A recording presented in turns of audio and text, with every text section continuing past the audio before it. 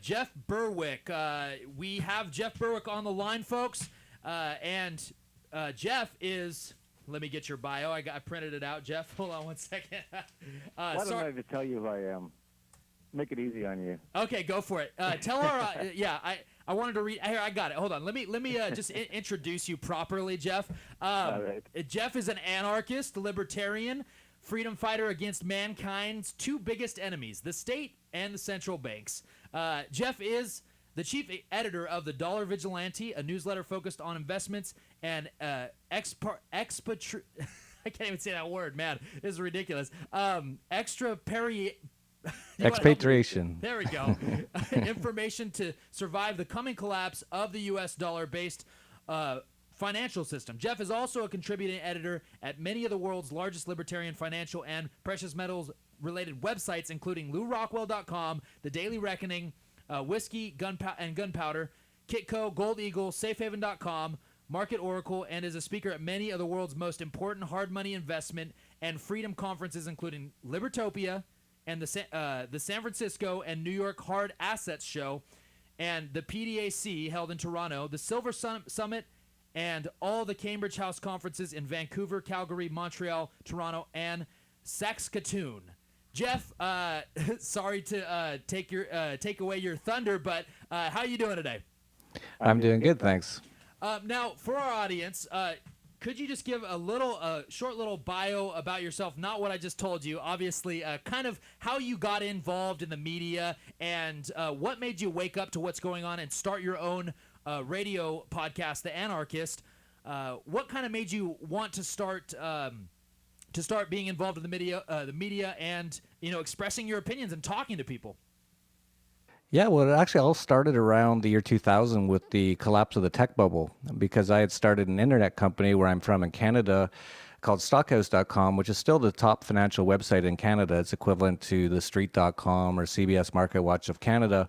And I started it out of my house in 1994, and by 1999 or 2000, it was worth $240 million, and it had about 250 employees in 8 countries around the world. And then a few months later, after the tech bubble burst, it was almost worthless for a period of time. And I had a lot of questions about that. I wondered what happened exactly. And I went around to MBAs and economists and all the people that you'd think would know these sort of things. And no one knew. They all just said, well, that just happens sometimes. And I didn't take that as being a good enough answer. So I decided to sell the company, and I bought a sailboat, and I tried to sail around the world, just trying to figure out what's going on in general in the world, because I knew what I was hearing on the mainstream media wasn't exactly the truth, and I wanted to see it for myself. And in the meantime, I read everything I could on anything to do with economics, finance, and things like that. And that's when I read G. Edward Griffin's The Creature from Jekyll Island, which talks about the founding of the Federal Reserve Central Bank in 1913, and how really corrupt and heinous it was of a takeover of the U.S. Money system. And from there, I really got into Austrian economics, which really talks a lot about free market economics. And that led me down the path to starting to research into free markets and libertarianism and anarchism and things like that. And so over a period of about 15 years, I went to about 100 different countries and read everything I could on all these topics, and really became passionate about it, because I realized that most people have never heard a lot of these things, especially in the financial realm. And so I was watching around 2008, and I was expecting a collapse to happen, and it happened exactly as I expected. And so I thought, man, I really know what's going on here, and it doesn't seem like many other people do. It seems like they're in the dark about most of this stuff. So I decided to start the Dollar Vigilante, which is a website and a newsletter, in 2009, and I've just been writing about these sort of things ever since. The tagline is surviving and prospering during and after the dollar collapse, so that's what I'm expecting to happen, and quite soon, actually. And so that's really what I've gotten into. And then as I got more into freedom, I've become really just passionate about freedom. The more I learn about it, and the more that I see that it is the best way for society to organize itself is without using violence, which government is violence. It's just the biggest gang in the region. There's no difference between mafia and government. So I've been a real proponent of free markets and anarchism and voluntarism, and that's when I started Anarchast a few years ago, and now it's the largest anarchist interview show in the world. We have had over 200 anarcho-capitalists on the program, and that's essentially what I've been doing. And then it's all sort of led up to today, where funnily enough, I've been talking this entire time since I started the Dollar Vigilante and Anarchast about how evil government is, and then I announced today that I'm going to run for the Parliament in the upcoming Canadian federal election. So that got a lot of attention today because of everyone assumed that I would never get involved with that system. But after seeing what Ron Paul did in 2008 and 2012 and how he created millions of people to wake up to libertarian ideas, I realized that the political system is something that can be used to educate people, and it's something that is a often unused tool for people who want to spread the ideas of freedom. So that's my latest thing. Today I'm running for the Parliament in Canada, in the Libertarian Party of Canada, which is a really interesting party. So yeah, I've been up to a lot, and I still am up to a lot. I just can't seem to stop spreading freedom and spreading information and truth about what's going on in the world. Well, that's awesome.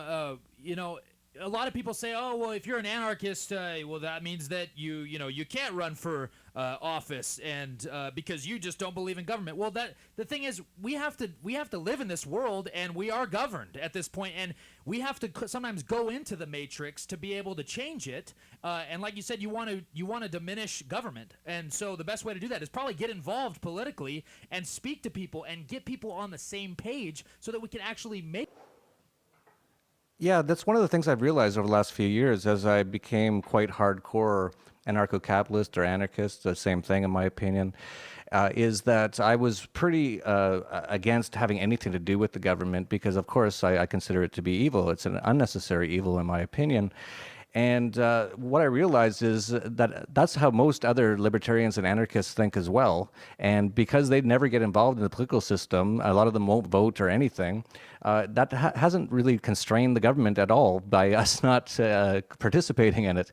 So I realized that we need to use this system to get our messages out there more. And of course, the people who really need to hear this message are the people who are still trapped in this left-right paradigm, who don't know there's other options. And they're finally getting tired of it, finally. We're seeing that all over the world, that people are just giving up almost on anything to do with government because it always works out bad. They'll walk up and one year they'll tick on the left side of the box, and then things are horrible. And then the next year they go up and well, let's try the right side of the box. Horrible again. So people are kind of they're confused. They don't know. They don't know there's other options out there, and that would be the libertarian sort of angle on things.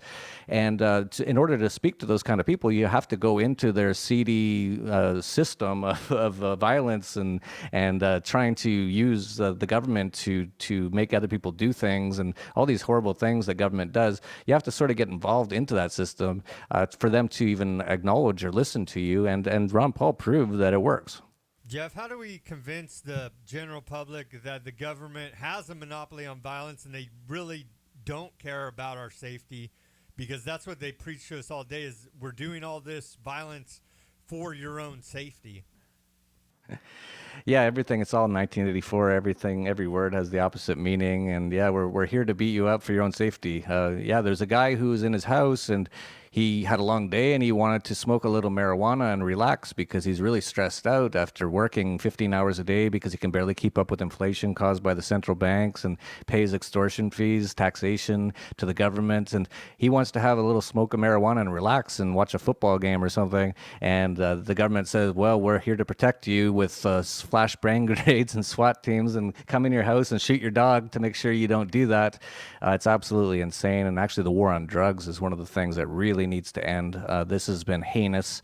It's been one of the worst things in human history, this war on drugs, which has now gone on for more than 40 years since Richard Nixon was actually the first one who started it. And I don't know if you guys know this, but the poster boy, the person they propped up to be the lead person on the war on drugs was Elvis Presley, who later died of a drug overdose. So it's yeah, it's pretty funny. Adam Kokesh talks about it in his book, Freedom. He says, because doing drugs might ruin your life, if you do them, the government we'll put you in jail and ruin your life.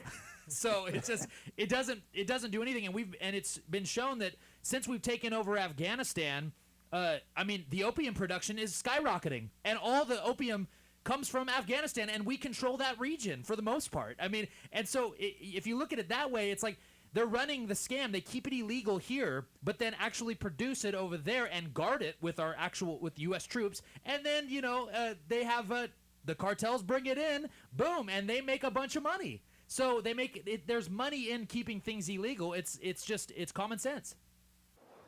Yeah, and a lot of people sort of recognize that's the case, but they don't seem to get the cognitive dissonance in their own mind. The CIA has been proven over and over and over again to be the largest transporter of plants, which they call drugs, things like marijuana and heroin and cocaine and things like that. They're all plant derivatives. And they're the biggest supplier of it worldwide. And it's just crazy that people support this drug war when really all it is a fascist takeover of the entire drug industry by facets of the government, the really dark black areas of the government that no one's allowed to find out what they're doing. But every now and then one of their planes crashes full of cocaine or something, and people go, well, that must have just been just a coincidence, or maybe they were taking it back to impound the cocaine. It's like, people are just, they watch their television programming at night, and it's called programming for a reason, and they will never tell you these things. And so a lot of people are living in a real a bubble of non-reality and don't really see things for what they really are. And that's why I wanted to get involved in the political system, as horrible as it is, just to see if I can get people to hear these thoughts and ideas, which they don't normally hear through their mainstream media programming, and definitely not through their 12 years of public indoctrination, government prison camps when they're young, doing their Pledge of Allegiance and being brainwashed essentially. And yeah, it's just insane, and we need to change all these things, and the time has come. And I think we're starting to see a real revolution starting to build now, and I think Ron Paul started that in 2008, and it's starting to really build. You might not see it everywhere all the time yet, but because I'm paying attention, I see a lot more. I'm seeing it all over the world, and I think even in Canada, we could see the Libertarian Party of Canada, which really wasn't even a party it's never had anyone elected. It really wasn't much of a party. It was a few guys really up until a few years ago, and now we're hoping to fill every single riding in the upcoming election. That's over 300 ridings with libertarians, and get them involved in debates in all those communities. So there's a lot going on. I think we're going to see that in the U.S. more and more. There's these Students for Liberties just growing like crazy. A lot of very libertarian, a lot of the younger people are more libertarian because all they're seeing is the bad parts of government. They don't see any of the so-called good parts. There is no good part of government, but there is ways you can take more advantage of the government if you're in a certain position, and that's been the older people who have lived off of children now for decades, putting them into more and more debt. And kids are waking up today going, they're born with $250,000 worth of U.S. federal government debt overhanging them. So they're born into debt slavery, and then they're going to be put in the public indoctrination camps, and then they're going to be told they have to go for 4 more years and pay a lot for it and go into more debt for college education, which won't get them a job because the economy is destroyed by the government and the central banks. So people are starting to wake up. How this ends up, it could be, I have no idea. It's going to be a interesting few years ahead as all these old systems start to collapse. No, I totally agree. Now, you obviously you have experience in the financial sector of our society because you're an entrepreneur. You started Stockhouse.com, and you saw it all happen. You've been around the block. Now, how has our current fractional reserve banking system with the central bank in charge, and how has that destroyed free markets? It's happening everywhere, in countries everywhere, over and over. And how do we change people's thinking to let them know, hey, this is not sustainable?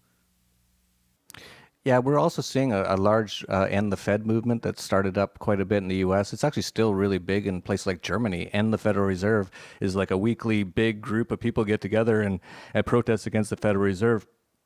People don't realize that central banks have nothing to do with free markets. They're actually a tenet of communism. It's central planning of the money system, and they use the government violence-backed control to force people to use that money, and that's what legal tender laws are. And so when you have this secretive group of bankers that are outside of the system, it doesn't even matter if they're inside the system, it's still heinous, who can just control the money supply and the interest rates throughout the entire economy. You can control an entire economy by doing that. And actually, you can never improve an economy by manipulating interest rates or printing more money. This makes total sense to somebody if you say, do you think counterfeiting money is good? Do you think if the guy down the street starts counterfeiting money in his basement, do you think that's going to improve the economy? And they'd be like, no, that's terrible. He should be arrested. Well, that's what the Federal Reserve does. That's one of the only things they do. And because they print money, and because the money doesn't affect prices throughout the entire economy all at the same time, it sends wrong price signals to everybody, and that's how we end up with these bubbles. So all of a sudden seem to be quite a bit of money around, and no one really knows why. And it's all just seems to be from certain areas. And a lot of entrepreneurs or businessmen will say, well, look at this. There's a lot of money around. We should start building and investing in our products so that we can get more of this money from our services. And that's how you get things like the tech bubble or the housing bubble.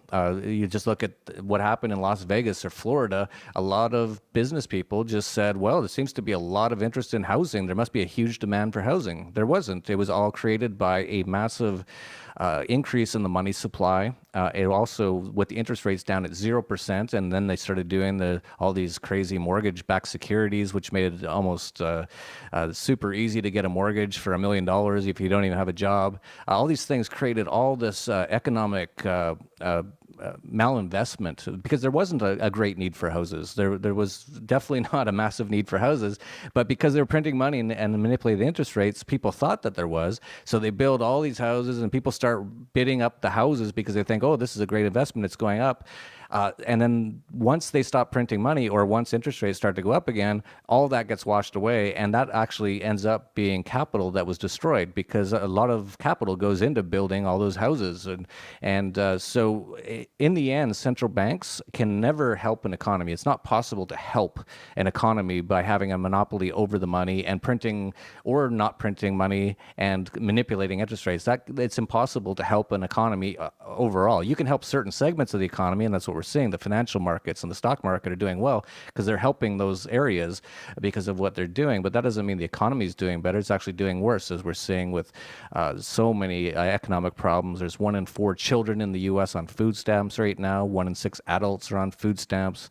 I believe there's 11 states in the U.S. where there's more people on welfare who have jobs.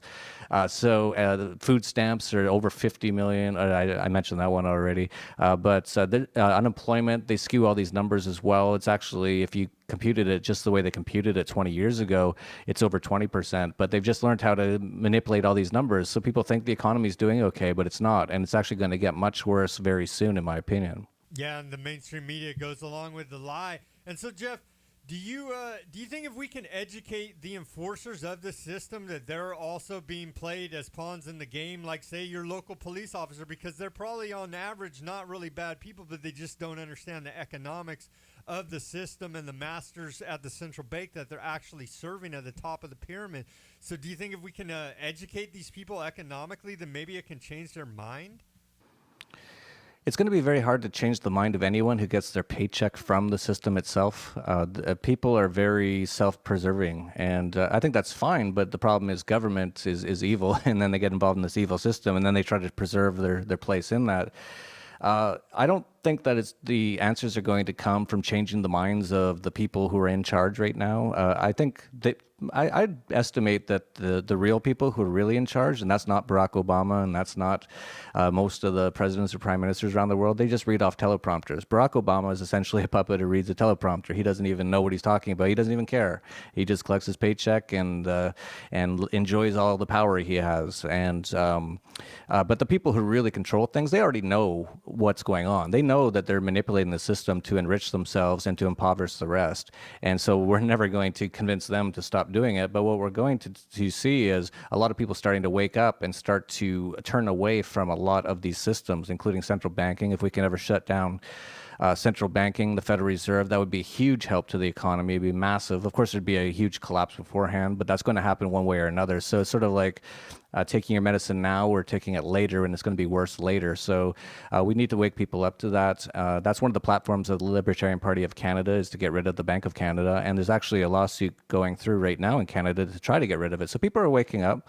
I think it's about educating people and educating the masses more than the the elites. The elites, like I said, I think they already know that what they're doing is evil, but they enjoy it. But there's 7 billion of us, and literally a few hundred of them, as far as I can tell. And so it's really amazing how they've got so many people brainwashed and thinking that they control all these people. All it takes for people to do is wake up and say, I don't think anyone should own me or control me using violence. And the day that happens with enough people in society, we can have real change. Yeah, we have the non-aggression principle. I think most people can understand that if you just sit down and talk with someone for 20 minutes and explain to them, hey, you own yourself. The government doesn't own you, and you have natural rights. No matter if you believe in God or you don't, doesn't matter. No one owns you. You're not a slave. And then they start thinking about, oh, okay, I guess that makes sense. Well, of course it should make sense. It's inherent in all of us. We own ourselves. Now, we know Obama, he's just an actor manufactured by the elites running things. So let's talk a little bit about how we, how do we replace this system, this false, system that basically, is not bringing us prosperity. These central bankers are not going to make the economy run. It's not a machine that you can just set on a setting and say the economy needs to grow at this rate. We're going to print money at this rate. No. It has to do with a lot of factors. The government can't control the economy. You have to let the economy operate and let the free market operate. That's why we had so much malinvestment, is because the government lowered interest rates and controlled the money supply, and it gave wrong signals to the markets. And you obviously know a lot about that. So you saw it with the tech bubble. Sam has talked about this before. People were investing in millions of dollars into websites during the tech bubble that didn't produce anything. I mean, there was companies that didn't produce anything, but people were investing millions of dollars into it, thinking that it was going to bring them prosperity without doing anything. That is a false hope that people think. It's a scam. I mean, it's literally gambling. How do we replace this? Is it going to digital currency or many currencies that not having our eggs all in one basket? What is the solution to replace this system? Well, I think the solution's already baked in the cake. This system is going to collapse. We've now been over 40 years with a completely fiat, unbacked currency around the world, ever since the US dollar, dropped any sort of gold linkage on August 15th, 1971. Once again with Richard Nixon. That guy really was around for a lot of horrible things, the drug war and taking the gold backing away from the dollar. Because of that, governments around the world have been unrestrained, and because they're all running off of this fiat currency system that they can just print up money at will, many of them have been doing it at higher and higher rates, and they also have been going into more and more debt as they do it. We now have pretty much the entire Western world is insolvent, bankrupt, including the U.S. The U.S. is the worst of them all. With so much debt. So when you add up all the debt and liabilities of the U.S. federal government, it's over $95 trillion. And that works out to about $250,000 per person in the U.S. So a family of four, that's $1 million of debt and liabilities overhanging it. Most people, 80% of people in the U.S., I believe, are living paycheck to paycheck. So I don't think they're going to be paying that off anytime soon. So we're going to see a collapse happen. We're going to see a dollar collapse happen. We're going to see financial system and economic collapse. And that is when we actually have an opportunity to fix things, because a lot of people are going, first there's going to be a lot of chaos and a lot of horrible things happen. But as things start to hopefully settle down, a lot of people are going to have a lot of questions about what happened and how do we make sure that doesn't happen again. So we have to get out this information that it was all caused by government and central banks, and never do that again, ever. But there's things that we can do right now as well. We can start to move away from the dollar, which I've been doing for a long time. I write the Dollar Vigilante, where our main focus is telling people to get out of dollars and get into anything that Janet Yellen can't counterfeit and turn worthless in a few years. There's things like Bitcoin, free market money, excellent, amazing currency. If you don't know about it, if anyone out there hasn't heard of it, you have to look into it. It's amazing currency. Of course, in the media, they'll try to make it sound like it's scary or bad. That's what they always do, but it's not. And the more people that use that, the better. Of course, there's gold and silver, and there's all sorts of credit cards and bank cards now that are tied to gold and silver. So I think that those are good ways. Just sort of get outside of the financial system, outside of the monetary system as much as possible, and try to spread just ideas of liberty. I think that's the key is education, and that, again, that's why I'm trying to do it through the political system, is to see if I can get people more woken up through that system, because that's the real key. Because once enough people wake up, and I think it was in the last century, and the communism wasn't very big in the early 1900s, but around 1920 it started to grow a little bit. And eventually it sort of reached a point where it had about 10% of the public kind of liked it.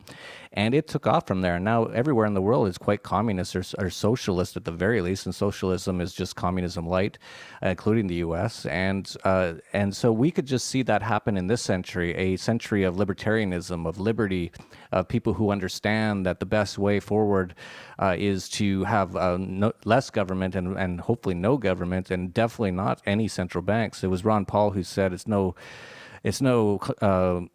an accident that the century of total war in the 20th century was also the century of central banking. You can't have all these giant wars without money printing. So these are evil, non-free market, heinous systems, and we just have to get people to realize that, and then things will start to change.